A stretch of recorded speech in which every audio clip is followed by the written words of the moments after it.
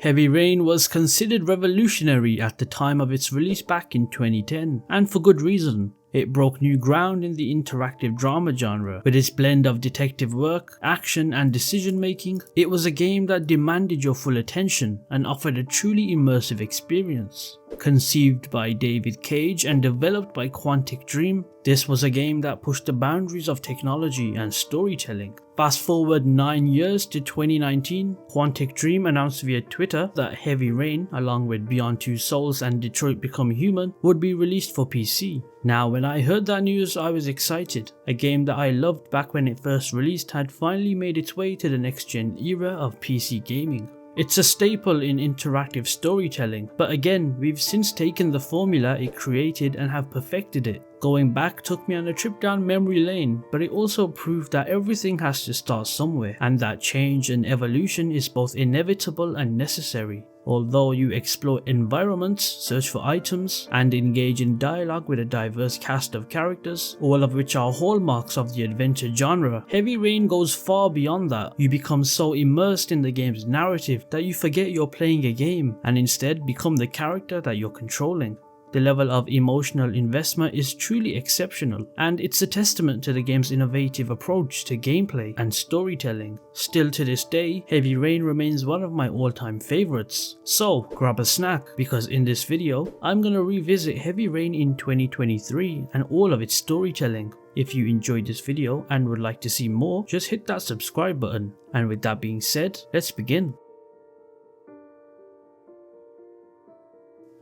As soon as I gain control of Ethan Mars, our main protagonist, the realization kicks in that this is a game not like anything that I've played before. Once I woke up as Ethan, I was given a few minutes to get the hang of how to control him, as well as interacting with his world. It was up to me how thorough or casual I wanted to be while guiding Ethan around his home.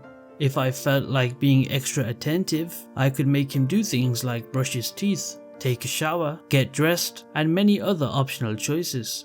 The interesting thing about these actions is it does not affect the overall narrative of the game's story itself. If I felt like not wanting to do any of these activities, I didn't need to. I can just choose to sit back and wait for Ethan's wife and their two sons, Sean and Jason, to return without actually engaging in any activities. Today is Jason's birthday. We assist our wife in preparing lunch and then proceed to play with the children in the backyard.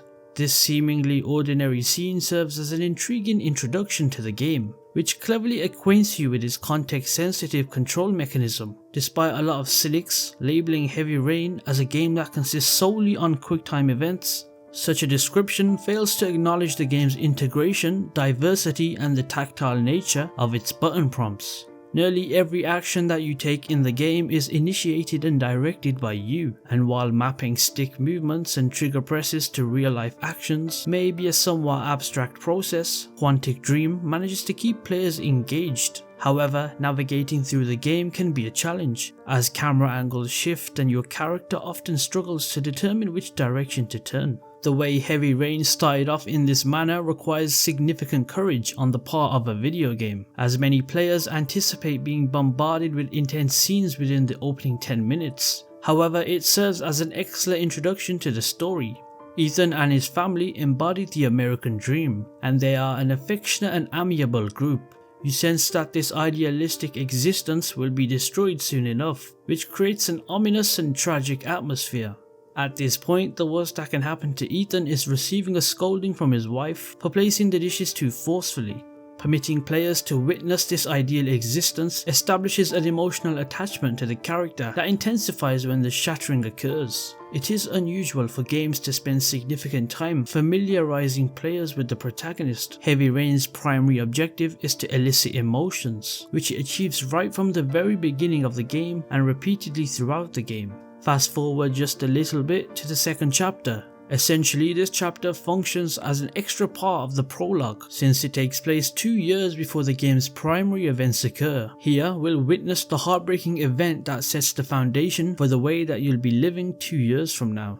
I remember this chapter very vividly when I first played it many years ago. It was a day that started off with so much promise and joy, but ended up being one of the most heartbreaking moments of video game history. It also was part of one of the most iconic video game memes in history too. If you don't know what I'm talking about, it's this one. Jason! Jason! Jason! Jason! Jason! So here we can see we're in a mall and we play as Ethan, as we took charge of looking after Jason while his mother and brother went to buy some shoes. It was a simple task, but as we all know, the most innocent of moments can sometimes lead to tragedy. The scene is a relatively mundane one, but it's a brilliant setup for the tragedy that's about to unfold. Jason starts to wander off, and we the player must guide Ethan through the mall in search of his son. The tension and urgency are palpable, and the crowded mall only adds to the sense of danger. This chapter is an emotional roller coaster, and it sets the tone for the rest of the game. This chapter is an example of how video games can be such a powerful storytelling medium, and Heavy Rain excels in this regard. The game's context-sensitive control system is introduced in this chapter, allowing us, the player, to control Ethan's actions in a way that feels organic and immersive. The button cues are varied and tactile, which adds to the overall sense of tension and urgency. When we eventually find Jason, we the player can sense what's about to happen. He's across the street, a busy road with cars driving. It's almost predictable to see what's about to happen, and that's when tragedy strikes. And all we get to see is a bright red balloon drifting off into the sky. The events of the opening prologue in Heavy Rain left me feeling genuinely saddened, and I found myself wishing that there was a way to undo what had just happened. Despite this emotional response, I still consider it to be the weakest section in the game. And by weakest, I'm not talking about the quality of it, I'm talking about the emotional aspect of it. I'm saying it hit the hardest. 2 years later, after the tragic events that occurred at the shopping mall, we once again take on the role of Ethan Mars, a man still grappling with the loss of his son Jason. The chapter opens with Ethan and Jason returning home from collecting Ethan at school. Of course, this time we arrive at a different apartment. Heavy Rain does a great job of portraying what's actually going on without needing to explain it. It appears that Ethan's wife has divorced him and Ethan blames himself for what has happened, which is what probably destroyed the marriage. Hence the reason we only see Ethan without his wife for the rest of the game. Actually, there's one scene where we get to see his now divorced wife again. That'll be later on in this video, however. We can sense that Ethan is haunted by the memories of his deceased son and is struggling to connect with his remaining child Sean. As we navigate Ethan's apartment, we can feel the weight of his grief and the weight of his responsibility as a father bearing down onto him. The atmosphere is somber and tense, and we can sense that something is about to give.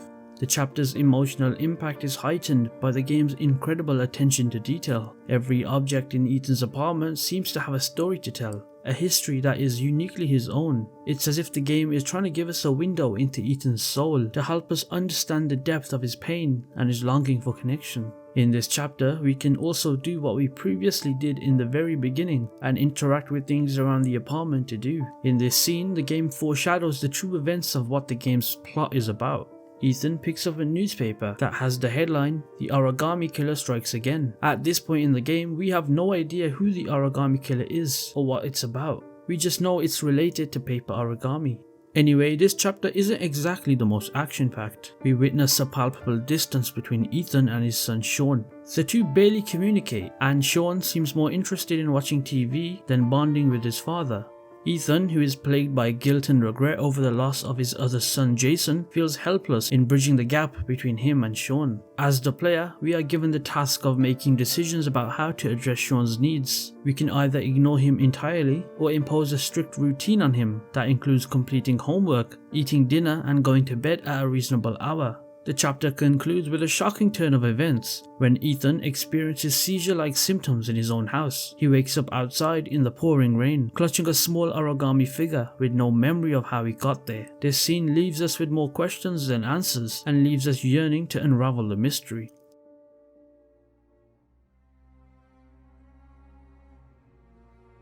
For this part, I want to focus on the second playable character that the game introduces us to, and that is Scott Shelby, a former US Marine and police lieutenant who is now working as a private investigator. So, after Ethan wakes up on the street with the origami figure in his hand, the next chapter introduces us to Scott as he searches for information about a killer named the Origami Killer. If that name sounds familiar, it's from the newspaper that Ethan read in the previous chapter. Anyway, Scott visits a woman named Lauren Winter, who is a sex worker. She's also the mother of one of the killer's victims. This chapter immerses us in the seedy underbelly of a rundown motel as Scott bribes the person behind the desk to learn of Lauren's location. We the player must strategically navigate the conversation with Lauren as she is first hesitant to provide information due to her personal struggles and the traumatic loss of her son. This chapter's controversial content, such as the depiction of prostitution and domestic abuse, sparked a lot of discussion and debate among gamers and critics. However, its emotional impact and contribution to the game's overall narrative have made it a memorable and integral part of Heavy Rain. So, after Scott Shelby's conversation with Lauren Winter in her motel room, he leaves his business card on her table and exits the room. As he walks down the hall, he suffers an asthma attack and has to use his inhaler to catch his breath. As he recovers, he notices one of Lauren's former clients barging into her room. Depending on our choices, we can choose to intervene or not. If we decide to intervene, a fight scene between Scott and the client named Troy ensues. The fight scene's QuickTime event gameplay mechanic adds an extra layer of tension as we must react quickly to the on-screen prompts during the fight scene. Regardless of whether Scott wins or loses the fight, the chapter will end with Troy leaving and saying an empty threat to Scott. If we choose not to intervene, Scott will just walk away and leave, which presumably would have left Troy to abuse Lauren. The consequences of this decision are left ambiguous, but it adds to the moral ambiguity and difficult choices that are a recurring theme throughout Heavy Rain. No matter what choices we do, the chapter will end with Scott limping out of the motel. This moment sets up the next stage of the game's narrative and leaves us wondering about the consequences of our decision from what just happened and how they will affect the outcome of the game. Now, I want to quickly talk about the next playable character that the game introduces us to. Now, the reason I say quickly is because this chapter essentially doesn't offer much to the story itself. It feels more like an introduction to the character that we're about to play as, and that character is Norman Jayden, an FBI agent with a raging drug addiction. This is off topic, but is it just me or does anyone think that Norman Jayden looks scarily identical to the YouTuber T Martin? I don't really know why I had to mention that, but make of that what you will. Anyway, in this chapter called Crime Scene, we must guide Jayden as he investigates a crime scene in an open lot with train tracks running through one end and a tall embankment leading up to a highway. Using his high-tech ARI glasses and glove, Jayden can analyze evidence almost instantly and interact with local officers and the lead investigator, Lieutenant Carter Blake. The scene is set with a tent covering the victim in the center of the lot, attempting to preserve evidence from the heavy rain. We must carefully guide Jayden up the embankment to the highway to gather more evidence, of course taking care not to ruin his suit in the process. The chapter concludes with Jayden returning back to his vehicle with his collected evidence. While this chapter in Heavy Rain does offer an immersive experience, a lot of people find it very short and it's not as engaging as the other chapters in the game. Compared to other chapters which are filled with tense and emotional moments, this chapter is more of a procedural investigation with minimal dialogue and character development. Additionally, the chapter's main objective is to simply gather evidence and nothing more. However, it is worth noting that the chapter serves as an important purpose in setting up the story and introducing us to different playable characters. It also introduces us to the game's innovative ARI technology and investigative gameplay mechanics. Fast forward a little since the Norman Jayden chapter and we're back as Ethan Mars, our main protagonist. But this time he's at the park with his son Sean. Of course, Heavy Rain being the game that it is, the sky is grey and the tone is depressing. This park chapter in Heavy Rain is a poignant and introspective moment in the game's narrative, providing us with a chance to delve deeper into Ethan's thoughts and feelings as a father. Through our interactions with Sean, we can uncover Ethan's anxieties about his relationship with his son and his desire to reconnect with him. The option to play with Sean on the swings, the merry-go-round and even the carousel are small yet significant details that show Ethan's efforts to connect with his son and make him happy. Throughout this chapter, we may experience a range of emotions, from nostalgia and warmth during playful moments with Sean to anxiety and worry as Ethan's condition begins to deteriorate. These emotions are heightened by the game's immersive sound design, which features the sound of distant thunder and the patterning of raindrops, creating a sense of impending danger.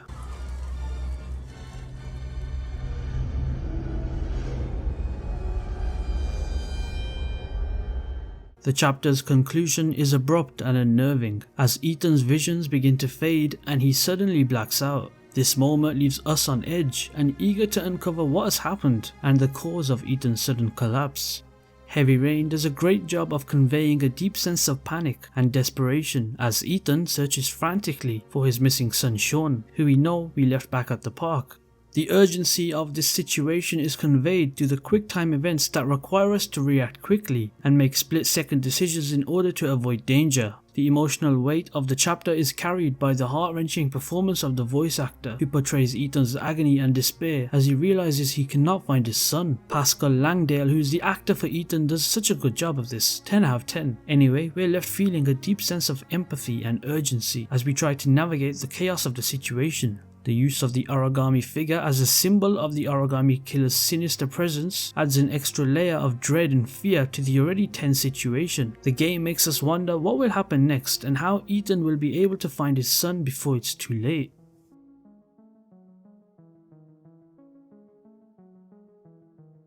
So, in this chapter, the game switches between two perspectives, Norman Jayden, who we know, and Ethan.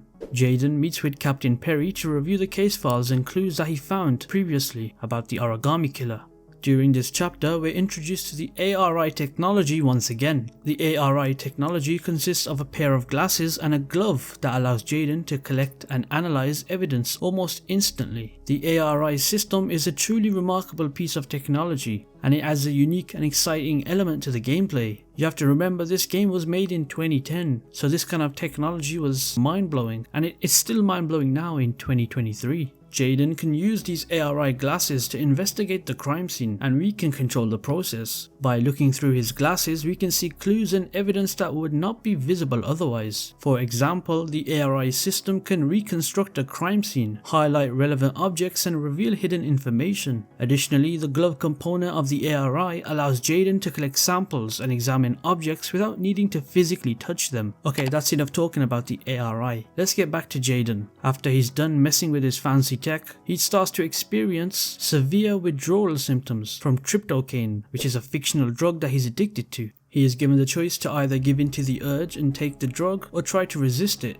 If we choose to give in, Jayden will take the tryptocane and the screen will turn red and distorted, indicating that his perception of reality is altered. If we choose to resist the urge, Jayden will go to the restroom and wash his face to try and regain control. This option shows a more positive side of Jayden's character, demonstrating his resilience and determination to overcome his addiction. Regardless what our choice may be, the scene is still tense, highlighting the negative impact of addiction and the importance of making difficult choices to overcome it. This chapter also is the first time two of our playable characters meet, with that being Ethan and Jayden. Ethan, who's at the police station, reports his son's disappearance to Blake and Ash. They don't really provide any help, so let's just fast forward a little to when Ethan is about to leave, and here we meet the ex-wife, who we know from the very beginning of the game. Now this is pretty much the only time we're gonna see her, so yeah. It's obvious at this point that they've split up because of Jason's death at the start of the game. This causes her to blame Ethan deeply for Sean being missing too.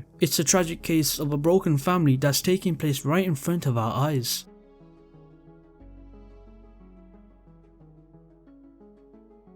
Heavy Rain takes us back to Scott Shelby and gives us control with him once again.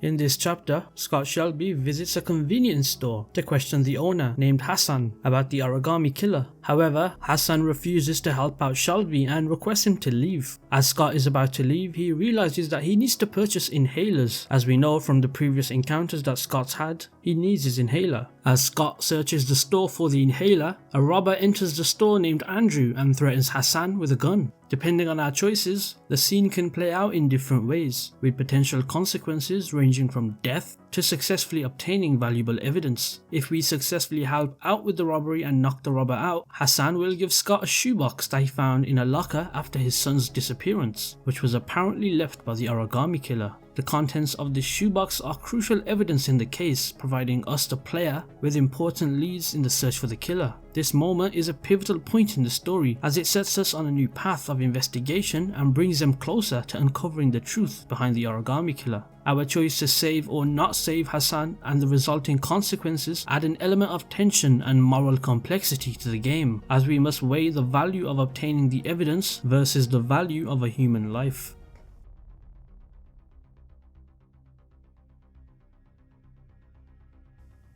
We're finally introduced to the fourth playable character in the game, this time being a woman named Maddison Paige, who's a photojournalist who suffers from chronic insomnia. The chapter begins with Maddison waking up from a bad dream, and we the player must help her get back to sleep by doing various activities around her apartment. However, things quickly take a dark turn when it appears that Maddison is not alone in her apartment. It appears that masked intruders are breaking into her apartment and are attempting to murder her. We must guide Maddison through the frantic and terrifying experience of trying to call for help, escape and fight off the attackers. However, unfortunately tragedy strikes and she's murdered. Well, that's all we get to see of her because she's dead. Psych, it was just a very bad dream. The chapter does such a great job of creating a sense of dread and tension as we are thrust into a life or death situation with a character that we've just been introduced to. The use of a dream sequence adds an extra layer of uncertainty and unpredictability to the gameplay, as we're never quite sure what's real and what isn't. This chapter also showcases the unique gameplay mechanics of Heavy Rain, with us being able to explore Maddison's apartment and interact with various objects to progress the story.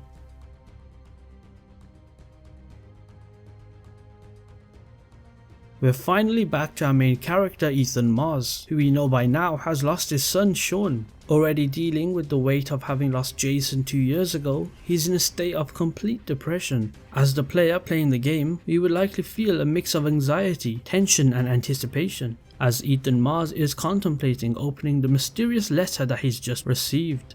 The presence of the paparazzi outside his apartment just already adds to the sense of urgency and danger. When Ethan finally opens the letter, it reads, "When the parents come home from church, all their children were gone. They searched and called for them. They cried and begged, but it was all to no avail. The children have never been seen again." As Ethan reads this letter, the ominous message about the missing children and the realization that he may be connected to the kidnappings creates a sense of dread and unease. At this point in the scene, we're likely to feel a strong emotional connection to Ethan's character, as he now struggles with the weight of his own guilt and the desperate need to find his son. Ethan must now decide how to leave his apartment without being swarmed by the paparazzi. He can either leave through the front door and push past the crowd, or sneak out the back alley. This choice adds to the tension and pressure of the moment, as we must quickly decide which option is best to take. Once Ethan leaves the apartment, we must navigate him through the paparazzi to reach his car. The paparazzi will take photos of him, making it challenging to avoid their attention. This section highlights the theme of the media and how it can negatively impact somebody's life in such a difficult situation. Think of it like this. Imagine you were a father and you had a child that went missing. Would you like the paparazzi to just keep taking pictures of you outside your house, thinking you're a murderer? No.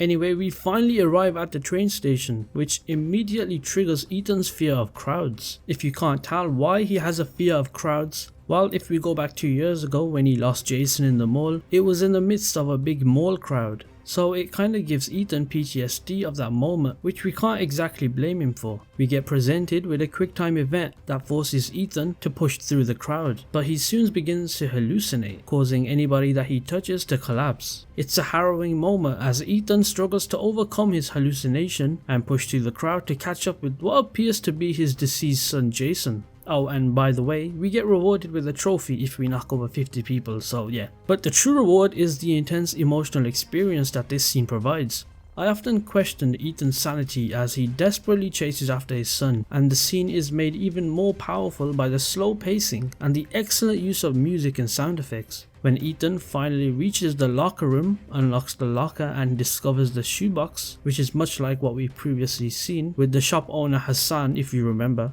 Ethan takes the shoebox without opening it back to a motel room rather than his apartment, which is quite unusual, but not really because we know the paparazzi is harassing him back there. We then see Ethan sitting down contemplating opening the box. Who knows what's in there? Anything right now can haunt Ethan, and the last thing that he wants to do or see is something disturbing inside that box. However, he eventually opens the box and discovers that the contents are 5 numbered origami figures, a cell phone, a memory card and a loaded gun. The discovery of the origami figures and the ominous message that follows sends Ethan on a heart-wrenching journey to save his son. The game brilliantly plays on the emotion of us as the player as we follow Ethan's desperate search for clues and navigate the trials that are set forth by the origami killer. The video that plays on the memory card shows Ethan's son trapped in a drain, and it's particularly gut-wrenching. We're left feeling a sense of urgency and a desire to help Ethan save his son. Ethan checks the first origami piece, which reads, "Are you prepared to show courage to save your son?" and then reveals an address. Ethan grabs the origami figure, the phone and the gun and then heads to the first trial. At this point of the game, we're not going to be seeing Ethan for a while, so that's where the other playable characters come back into the main scene. But this time they're actually important and actually play crucial roles to build the narrative.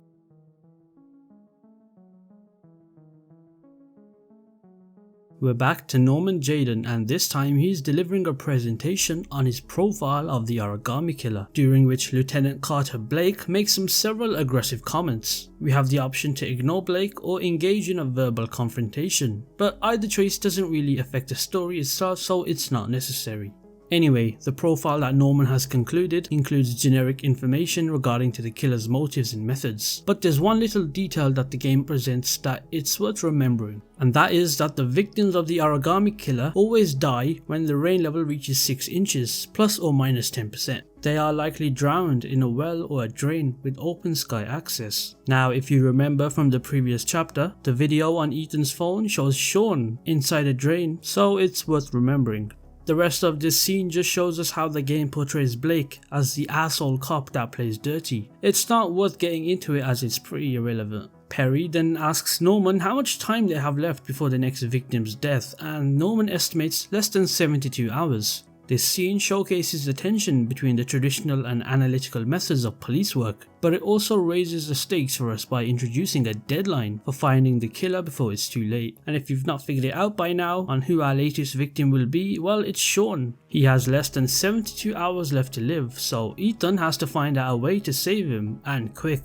Anyway, after the presentation, we see Norman and Blake arrive at a potential suspect of the origami killer's house called Nathaniel, but it appears that he's not home. So Blake, being the dirty cop that he is, he forces his way in, and then we find the apartment filled with a bunch of religious symbols. Eventually, Nathaniel returns, and after a few questions, Blake begins to mock and harass him, causing Nathaniel to crack under the pressure. Nathaniel truly believes that Blake is the son of Satan and shouts at Blake to leave him alone. Nathaniel then pulls out a gun, and this is where we as Jayden have the option to either shoot Nathaniel or calm him down. Regardless of what decision that we choose, Nathaniel will never fire his gun. This whole scene highlights the tense relationship that Jayden and Blake have, as well as the consequences of Blake's aggressive and insensitive behaviour. It also shows us the consequences of their choices, as shooting Nathaniel leads to regret and shame for Jayden. The religious imagery in Nathaniel's apartment adds a layer of depth to his unusual character and introduced a slight taste of faith and morality into the game. Fast forward a little and we're back as Detective Scott Shelby, who continues to investigate the origami killer's victims and their parents. This time, Scott investigates the disappearance of a young boy named Jeremy Bowles. During his investigation, he hears a crying baby coming from a nearby trailer, and upon entering he finds a suicide note and discovers a woman named Susan, who's the baby's mother, in the bathtub.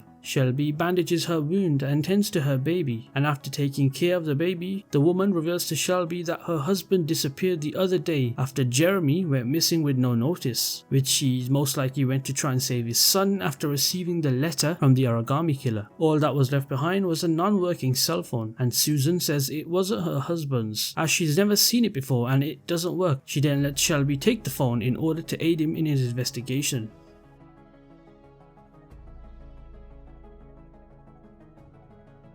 Now, what I want you to remember from this chapter is that the game's ending can be altered from this chapter. In fact, this is the very first chapter of the game so far where there is an impact on the ending of the game. So, we're back as Ethan Mars, and if you remember last time when we played as him, we were on the way to the address that was on the Origami note. Anyway, after he's left the motel to arrive at the address, Ethan travels to Joe's garage and parking lot, where we meet a mechanic that presents us with car keys for a car that's parked nearby. The car's GPS directs Ethan to a bridge over a highway, and he has to drive against traffic for 5 straight miles. As a result of this, if Ethan fails this, he will lose his son. This chapter is very important as it affects the game's outcome, and like I said, the ability to successfully complete this task will have a major impact on the final ending. We even get dragged into a police chase because of this. However, it ends as we eventually crash the car, but coincidentally, we also manage to pass the test and reach the destination. We then get gifted a chip for our cell phone. However, the car we just drove is on fire and looks like it's about to explode, so we need to get the hell out of there. However, thanks to the plot armor in this game, it's actually impossible for our main character Ethan to die during the car being on fire and exploding. It's only after we escape the car that it blows up. Anyway, on the chip for our cell phone is an updated video of Sean in the drain, and it appears that he's still alive thankfully. But the chip also presents Ethan with a few letters of an address. It's now up to Ethan to complete other trials and save Sean. As you can tell by this point of the story, Ethan must complete the other 4 trials that he received from the 5 Origami figures, and it will eventually unlock the full address, and hopefully this would be where Sean is located.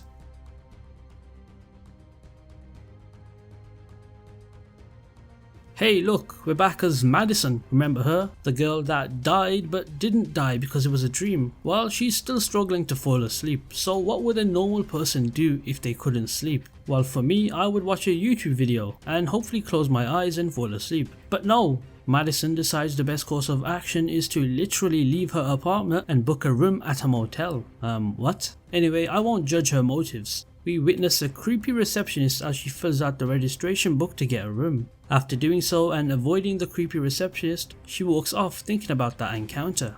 And as soon as she approaches her new motel room, wow, what a big coincidence once again. She booked a room at the exact same motel that Ethan booked at. She sees Ethan leaning against the safety railing outside that floor's row of rooms and asks if he's okay. Ethan then suddenly collapses and asks Maddison to help him to his room. Maddison does so and treats Ethan's wounds. It's blatantly obvious that a relationship is going to form from this. They start talking about their life while Maddison is rudely rummaging through Ethan's room. Anyway, once Ethan heals himself up in the bathroom, Maddison makes her way out, and this is where they split for now, and the game gives us control of once again our main character Ethan. This is where we get to witness Ethan picking out another Origami figure, and then he prepares and leaves his motel room to pursue the new address that he just discovered from the Origami figure. From here, I decided to skip over a part that's not as relevant as other chapters. If you've wondered what I skipped over, it's when Norman and Blake visit another potential Origami killer suspect and capture him, and that's where they both think they've captured the Origami killer, but it wouldn't be that simple.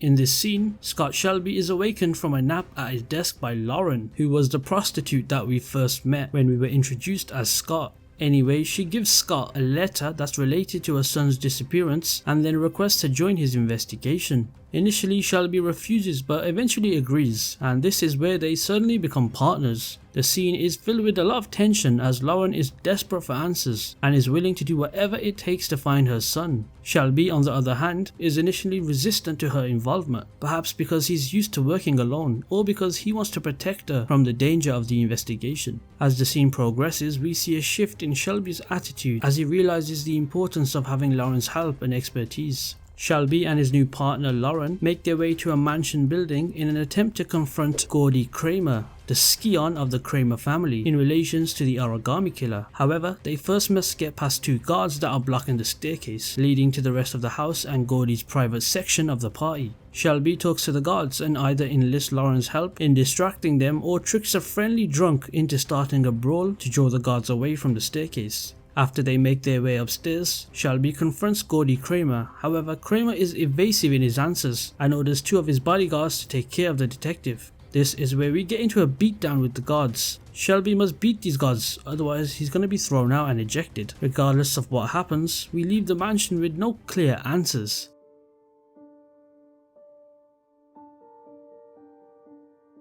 Ah yes, We're back to Ethan Mars, who has now arrived at an abandoned power plant for the second origami trial that he has to do to save Sean. This time he arrives with wounds that he got previously from the car scene. He enters the plant through a painted butterfly on the building or a hole in the fence. After finding a hatch, he crawls through a long narrow tunnel with a matchbox in his hand to light the way. As he crawls, the hatch behind him shuts, and he soon discovers a carpet of broken glass covering the rest of the tunnel. We must navigate through the pane of the glass or Ethan fails the trial, and that's not what we want to happen. If Ethan successfully navigates the tunnel, he slides down a smaller tunnel and is dumped onto a ledge above live electrical capacitors in a large room. We have the option to either quit through a door that's labelled coward, or move through the electrical capacitors. If Ethan is shocked too much, he quits the challenge, but if he makes it to the other side, he'll receive another chip for his phone. The emotions that the game portrays in this chapter are primarily focused on Ethan's determination to find his son, even despite the physical pain and danger that he faces. We must navigate through the broken glass tunnel and electrical capacitors, which adds to the tension and sense of urgency for Ethan to succeed.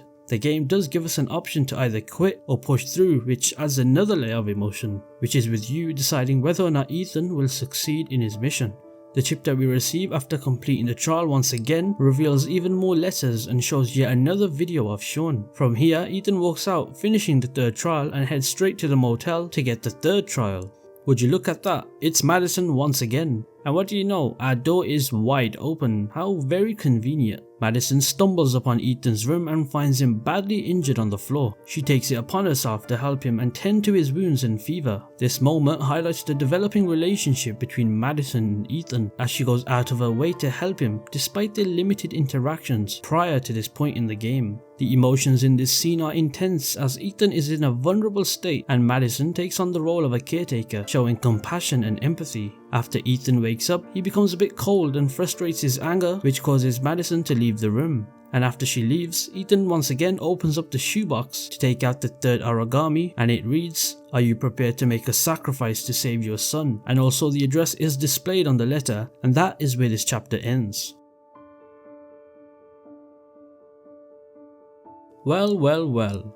Look who it is, it's Grace, which is Ethan's ex-wife, and she has suspicions of Ethan being the origami killer. So what does she do? She rats him out to the police. During a meeting with Blake and Jayden, Grace reveals that on a night when she was still married to Ethan, he left the early hours of the morning, and upon his return he spoke about drowning and the rain in a manner that made her feel as if he wasn't really himself. The very next day, an announcement was made about another victim of the origami killer. Despite Grace's insistence that this incident may not have any connection to the murders, Blake becomes convinced that Ethan is in fact the origami killer. Grace's emotional plea for Blake to find her son adds to the tension and complexity of the storyline, leaving us questioning of the true identity of the killer. Blake and Norman Jayden then visit Ethan Mars' psychologist named Clarence Dupree to investigate whether Ethan is in fact the origami killer. The conversation starts up calmly, but Blake becomes increasingly hostile when Dupree refuses to divulge information about Ethan's citing patient confidentiality. Norman then tries to calm Blake down, but he eventually throws Dupree over his desk and beats him up. Norman can intervene in many different ways, including standing aside, telling Blake that he has no right to hit the psychologist, threatening to report Blake's behavior, or physically intervening. Despite our choices, Dupree eventually reveals that Ethan is tormented by visions of drowning bodies and shows them a small origami figure that fell out of Ethan's pocket during one of their sessions a few weeks earlier.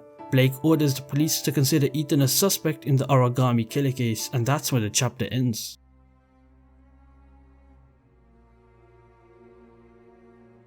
Let's focus now on Ethan at the third trial called the Lizard. This scene gives us a nice aerial view of the car that Ethan's driving towards an empty apartment. As Ethan walks into the building, we can notice that the entire interior of the building is burnt, and what's even more strange is we can see a few porcelain lizards on the floor, which is even more strange as it's completely out of place. Ethan shakes the lizards and notices a rattling sound in which he assumes a key must be inside one of them. He breaks the lizard open and gets the key to unlock a door that's located at the end of the hallway. Inside, he finds a table with a mysterious computer-like device that guides him through a disturbing challenge. The device tells Ethan that he has 5 minutes to cut off the last section of one of his fingers in front of a camera. Doing so will reward him with yet another chip for his cell phone. The sense of dread and panic is definitely palpable as Ethan grapples with the decision. The scene is a masterful portrayal of the game's themes and desperation and sacrifice. We are emotionally invested in Ethan's plight and must make a gut-wrenching decision, leaving a lasting impact long after the chapter's conclusion. Ethan then decides to use the axe to cut off his finger, leaving him to scream in agony. He then uses the heated metal rod in an attempt to ease the pain, but only makes it worse as he keeps screaming in agony after.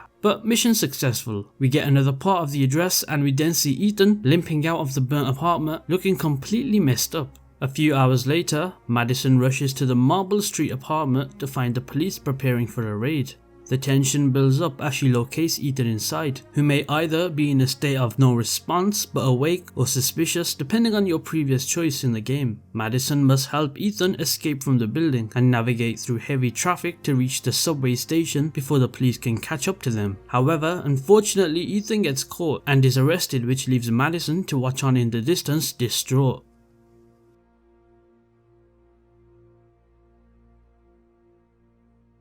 So, we know Ethan just got caught from the previous chapter, and this scene starts off with Ethan being interrogated by Norman Jayden whilst Blake is in the same room standing and observing what's going on. Norman attempts to get Ethan to break in revealing that he is the Origami killer, but Ethan denies this. However, he does confess that he kidnapped his own son but has no idea where he is. Ethan then attempts to get on Norman's good side by attempting to persuade him to help find his son by letting him go. This all gets shut down quickly by Blake as he signals to cut the camera and then plays the bad cop by threatening Ethan while Norman watches on. Blake eventually breaks and slaps Ethan, resulting in a chain reaction from Norman to intervene. This causes him to leave the room and walk away angrily, in which he eventually sits on the floor in his office completely stressed out. The scene then shifts to Norman playing the piano in an unusual looking room, but we can tell by this scene that the glasses on his face shows that he's actually in his own world once again. He even managed to fabricate a stereotypical British butler out of nothing and even vents to him. Norman eventually comes to a conclusion, and that conclusion is to break Ethan free from the interrogation. He believes in his heart that Ethan is innocent, so he asks the police officer that's watching Ethan to leave him to alone and explains to Ethan that he will get him out of there. This is where he manages to get the keys for his handcuffs and sets him free, letting him walk out of the building.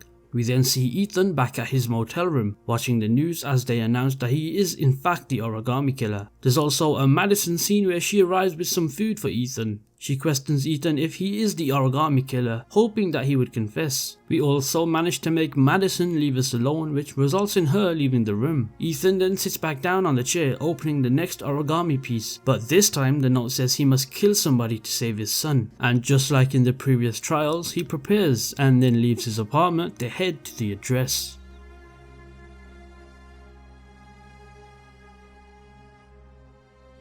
In this chapter, private investigator Scott Shelby visits his old friend called Manfred in hopes of identifying the typewriter that was used by the Origami killer that was printed on the address of the envelope that Lauren Winter gave to him. After Scott and Manfred share a drink, Manfred identifies the typewriter as a Royal 5 and offers to retrieve a list of his customers. However, tragedy strikes as Manfred is brutally murdered by the Origami killer while searching for the list. Is it a coincidence that he gets murdered the moment Scott Shelby asks him about the typewriter? Maybe the Origami killer is in the room with our cast and we have no idea. That's the beauty of Heavy Rain. Unsuspected moments can just occur out of nothing. Anyway, Scott then must quickly cover up any evidence of his and Lauren's presence before the police and paramedics arrive. This intense and emotional chapter reveals the danger that lurks around every corner in the hunt for the Origami killer, leaving us on the edge of our seats as we navigate through the unexpected twists and turns of the storyline.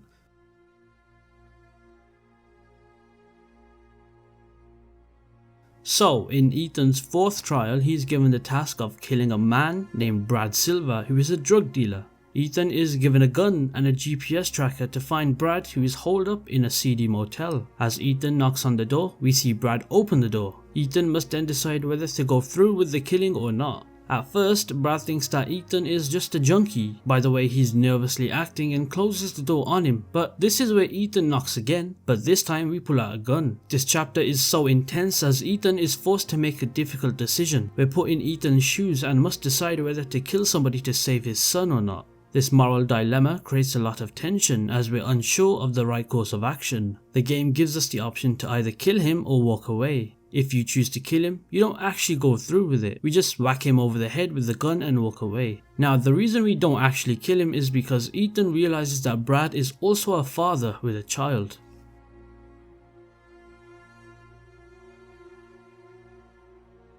Now, this chapter in the game is the first chapter that has a major consequence for Maddison. She can actually die within this chapter, so we must be careful when playing with her. Maddison receives information about a potential lead in the Origami killer case from a mysterious informant friend named Sam. The information leads her to Adrian Baker, a former surgeon who writes illegal drug prescriptions and owns the Marble Street apartment. Maddison pretends to need a drug called Betropen for her insomnia, and when Baker leaves the room to get it, she has the opportunity to search for clues. The choice made by us during this chapter can have very important consequences. Depending on our choices, Maddison may be knocked out by Baker and wake up on an operating table in his basement. This adds a level of intensity to the chapter and is the very first time that we can control Maddison in which she can die. We get to witness Maddison struggling as she's tied up on the operating table whilst the creepy doctor is just waffling nonsense in the back. The only thing the game lets us do is scream, which is pretty useless. That is until he's about to drill into Maddison and suddenly the doorbell rings, which is great plot armor for Maddison. She manages to escape being tied up as the doctor goes to open the door, which gives us enough time to just start fighting with the doctor, in which we end up barely coming out victorious by drilling a hole into his chest and killing him. The fight scene that just ensued was actually crucial, as failure would have resulted in Maddison being killed. So if you're watching this and Maddison died at this point, then shame on you. So this one's gonna be very short. In this chapter, Jayden's investigation into the Origami killer leads him to a junkyard that's owned by somebody called Mad Jack, who is suspected of being involved in the case by selling a repainted 1983 Chevrolet Malibu to the Origami killer. The tension builds up in this chapter as Mad Jack is uncooperative and hostile towards Jayden's presence. As Jayden investigates the garage, he uncovers evidence of more serious crimes than just selling stolen cars. This adds to the suspense and the feeling that Jayden is in danger. If we fail this fight scene with Mad Jack, we can actually die. However, this isn't the case and we eventually come out victorious, which results in Mad Jack giving us information about the Chevrolet Malibu. Once again, our withdrawal symptoms kick in, which almost causes Jayden to faint, but in the end we eventually do what we came here to do, and that's where the scene ends.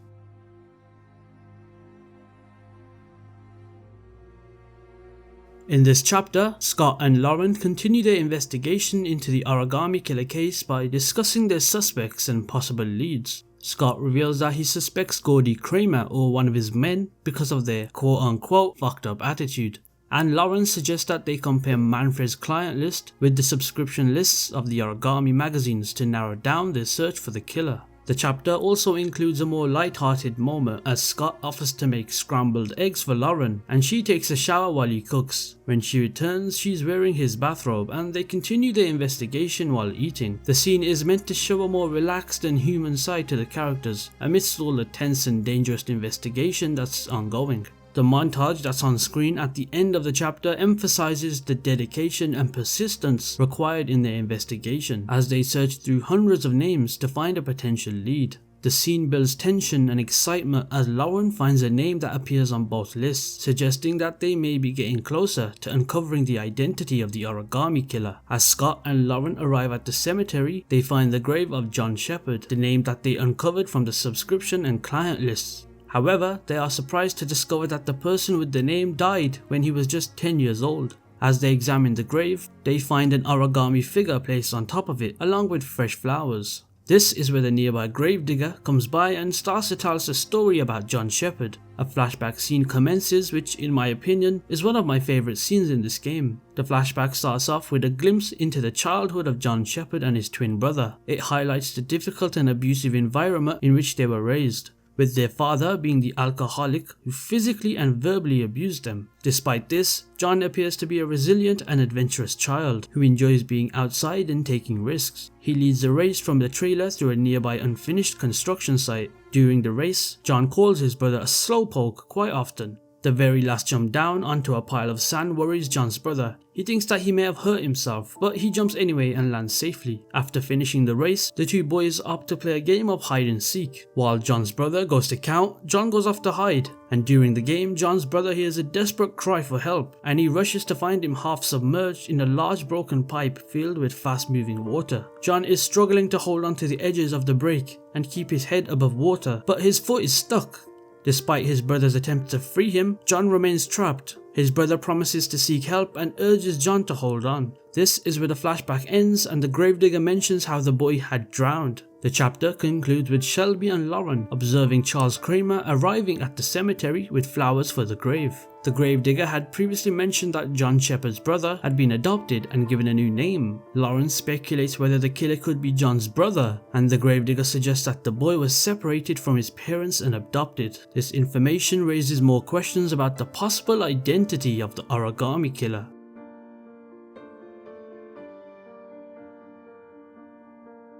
In this chapter, we must take control of Maddison as she heads to the Blue Lagoon to extract information from Paco Mendez. Our objective is to uncover the identity of the person who rented the location for the infamous lizard trial, which is the third trial that Ethan had to endure. But wait, it's not gonna be a walk in the park. Paco Mendez is no regular pushover, and we'll have to use all of our smarts to outmaneuver him and get him alone. That's right, we're gonna be using seduction as a tool to get what we want. But let's not forget, Paco is armed and dangerous, and the stakes could not be any higher. The chapter culminates in a tense interrogation scene where we must use high pressure techniques to extract the information that we need. After knocking Paco out, tying him to a chair and using some high pressure interrogation techniques, Maddison learns the name of the person that rented the Marble Street apartment, and it turns out to be John Sheppard, who we know from the flashback scene that we previously played through. As we make our way out of the building as Maddison, the camera then pans to our next playable character,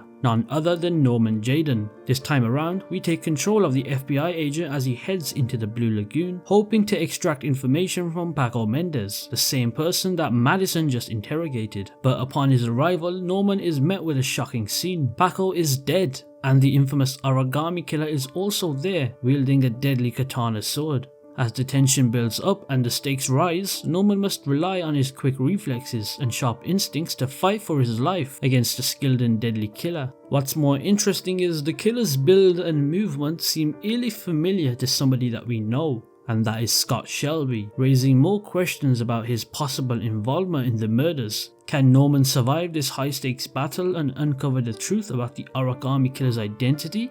Well, if he does manage to come out alive, Norman can search the office for valuable clues and speak to witnesses to piece together the mystery of the killer. It's a race against time as he tries to put all the puzzle pieces together and bring justice to the victims of the Origami killer's deadly games.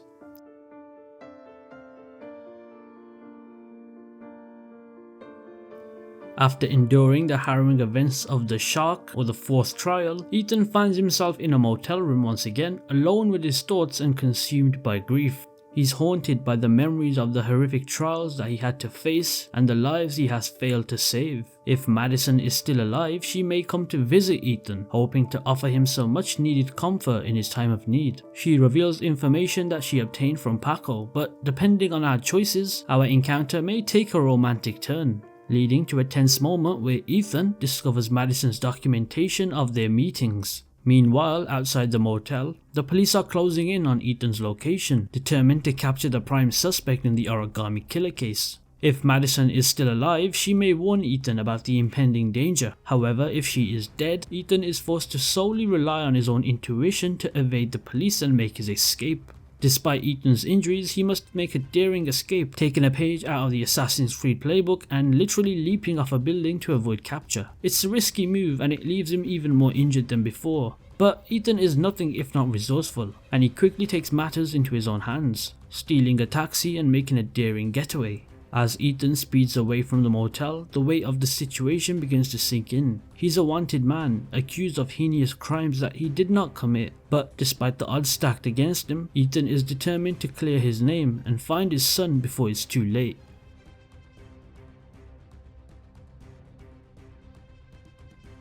The chapter starts with a bang as Scott Shelby walks into his apartment only to find Lauren held captive by Charles Kramer and his thugs. It's an intense scene as Kramer warns Shelby to stay away from his son, and his henchmen then knock them both unconscious. When Shelby finally wakes up, he finds himself and Lauren trapped into a sinking car that's at the bottom of a lake, fighting for their lives. In a harrowing escape sequence, we must take control of Shelby as he frees himself and Lauren from the car, drags her to the surface and then performs CPR on her to revive her. Once they're both safe, Shelby realizes that they need a car to continue their mission, as we join him as he races to Kramer's mansion in Lauren Winter's car, dodging bullets and taking down bodyguards in a high-stakes bid for the truth. The action ramps up as Shelby finally confronts Kramer and uncovers the shocking secrets of Gordy Kramer, Joseph Brown and the twin brother of John Sheppard. It's a tense moment as Kramer suffers a heart attack, and we're left with the weighty decision of whether to save him or let him die. It's a pivotal moment in the story that only puts the player's moral compass to the test. This chapter is a masterful blend of action, suspense and moral ambiguity, all culminating in a thrilling showdown that will leave us breathless. Shelby's transformation from a sympathetic private eye to a ruthless vigilante is captivating, and the intense action sequences will keep us all on our edge of our seats.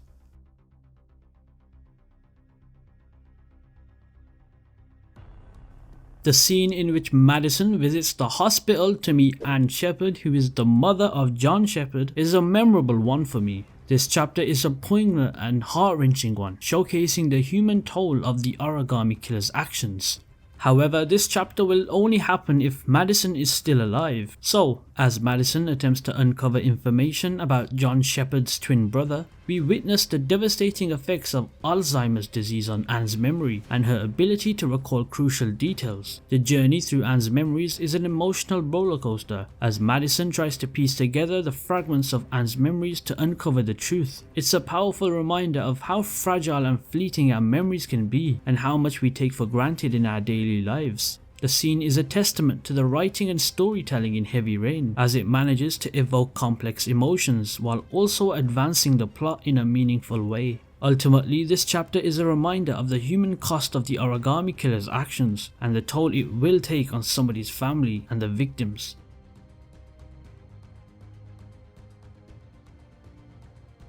Ethan Mars must now undertake the final trial to save his son Sean. The stakes are higher than ever and Ethan is faced with a deadly ultimatum. Upon entering an elegant white room filled with mirrors and cameras, Ethan is presented with a vial of poison, a stopwatch and a media player on a table. The media player informs Ethan that the poison in the vial will kill him in 1 hour, but he will receive the final letters of the address where his son is being held if he drinks it. The decision to drink the poison is a difficult one, as it involves risking your own life to save his son's. However, time is running out and Ethan must weigh the consequences of his actions. Depending on our choices, Ethan will either drink the poison and use the clues to locate Sean's whereabouts, or he'll have to guess at the address that's based on the information he's collected. The emotional stakes in this chapter are set very high as Ethan must confront the reality that he may not survive to see his son again. We as a player are forced to make such a difficult decision and weigh the value of life against the importance of family. The sense of urgency is noticeable as the clock ticks down and we race against time to find and save Sean.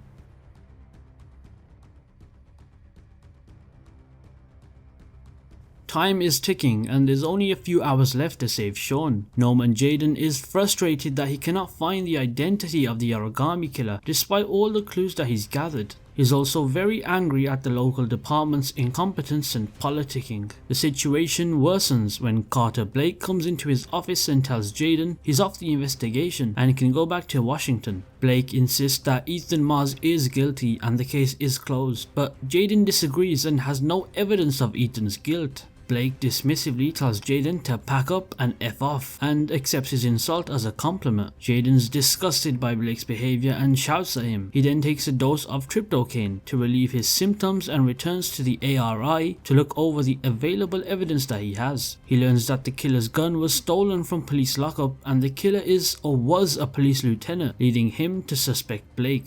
Jayden only has 10 minutes to complete his investigation and can either accuse Blake or continue looking through the evidence. The emotions in this chapter are very intense and range from frustration, anger, to disgust and then to suspicion. We feel a sense of urgency as Jayden only has 10 minutes to solve the case. The confrontation between Jayden and Blake adds more tension and conflict to the story, creating a sense of uncertainty about the outcome. The use of tryptocaine adds another layer of complexity to Jayden's character and creates a sense of danger for us as we witness the potential consequences of his addiction.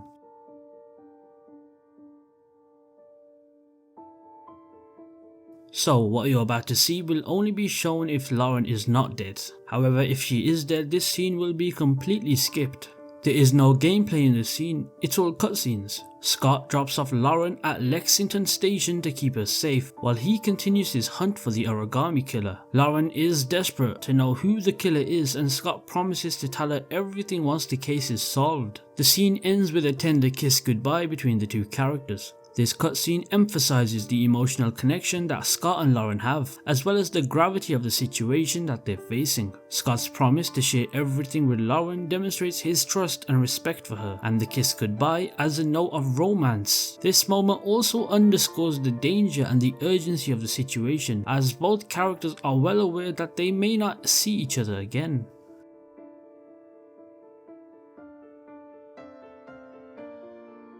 Now, if you remember previously, this is where the flashback previously ended between John Sheppard and his twin brother. The story continues where John Sheppard is trapped in a pipe that's filling with fast running rainwater. His unnamed brother holds his hand and attempts to get help. However, he returns to their abusive and drunk father who refuses to assist, stating that John's death would mean one less mouth to feed. Ouch. Despite the boy's desperate attempts, his father shoves him away and refuses to help his trapped brother. Filled with sorrow and distress, the boy comes back to John, who is struggling to stay afloat. He begs his brother to hold on and not give up, but John's strength is failing and all he can manage to say is, "Don't forget about me, Scottie." Notice how he says Scottie. It's pretty much confirmed at that point that the unnamed brother was in fact Scott Shelby, as he witnesses the tragic sight of his twin brother drowning, holding his hand with a sense of helplessness. We then go back to the present day where we see Scott Shelby in his office reflecting on the loss of John Sheppard, his twin brother. If Maddison survived the events of when she visited that creepy doctor, Shelby will be looking at a photo of himself and John that Maddison found. If Maddison died, however, he would simply be staring at his desk. Shelby lights a book of matches and tosses them into a metal wastebasket before being prompted to destroy evidence that he has already collected from the previous chapters. At this point of the game, if you can't already tell by now, the Origami killer is Scott Shelby, and it seems like past trauma has led him to this point in his life to become a cold killer.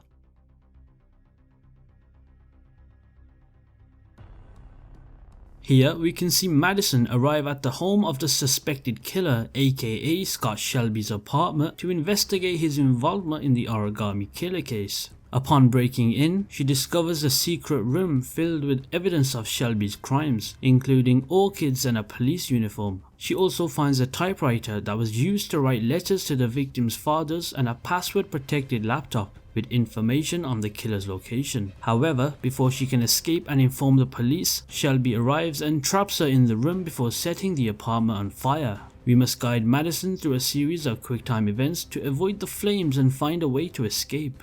The emotions in this section are tense and anxiety-inducing as we must navigate through the fire and make split-second decisions to avoid death. The stakes are high and our choices can mean the difference between life or death for Maddison. Once Maddison is safe and out of the apartment, she can call either Ethan or Jayden to inform them of Sean's location. But what's weird about that is I don't really know how she can call Jayden when they never met, or did they? I don't think they met.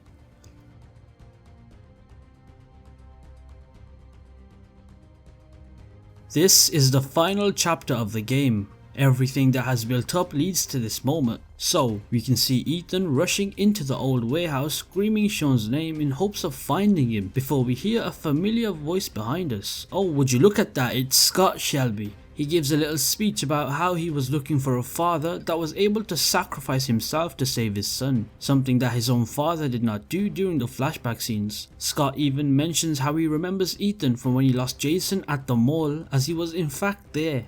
Scott then tells Ethan that his son is in fact behind him and all he has to do is open the grate. Of course, it wouldn't be that easy. When Ethan is struggling to open the grate, Scott pulls out a gun and is about to shoot Ethan from behind, which is where our favourite character Jayden comes to the rescue and pushes Scott to the ground. Ethan has to quickly find a way to set Sean free from the grate as time is running out and the rain is flooding more and more.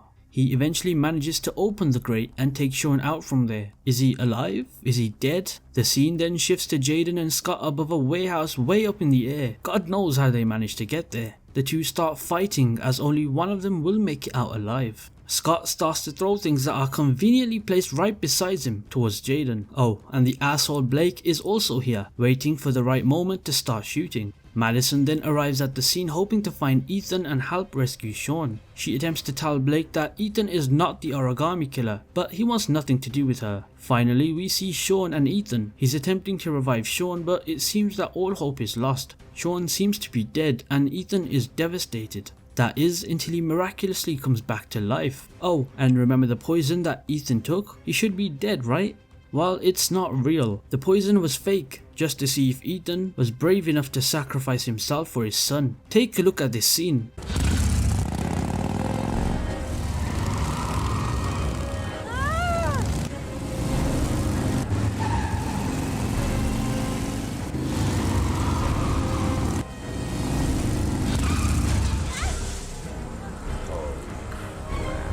Somebody please tell me what the actual fuck was the point of her doing that. Anyway, Maddison joins Ethan and Sean and tells them to just walk out the front, as the cops will understand that he's not the Origami killer. Oh look, these two are fighting still somehow. Surely it's gonna come to its conclusion, right? Well, it does, and our T. Martin lookalike named Jayden wins the fight and we watch Scott fall to his crushing death. Well, damn. There we have it. It looks like we managed to keep all of our playable characters alive. Well, the ones that are meant to be kept alive, that is. If you get the ending where Scott is alive, then what on earth are you doing? How did you manage to fuck up that badly? The scene ends with Ethan, Sean and Maddison walking out the front gate unharmed. And that was the good ending of the game. If you played the game, let me know what your ending was. I remember when I first finished the game for the first time, I looked up all of the endings and was shocked. Did you know that there's endings where Ethan would commit suicide in 3 different ways? There's also an ending where everybody dies, and even an ending where Jayden offs himself too.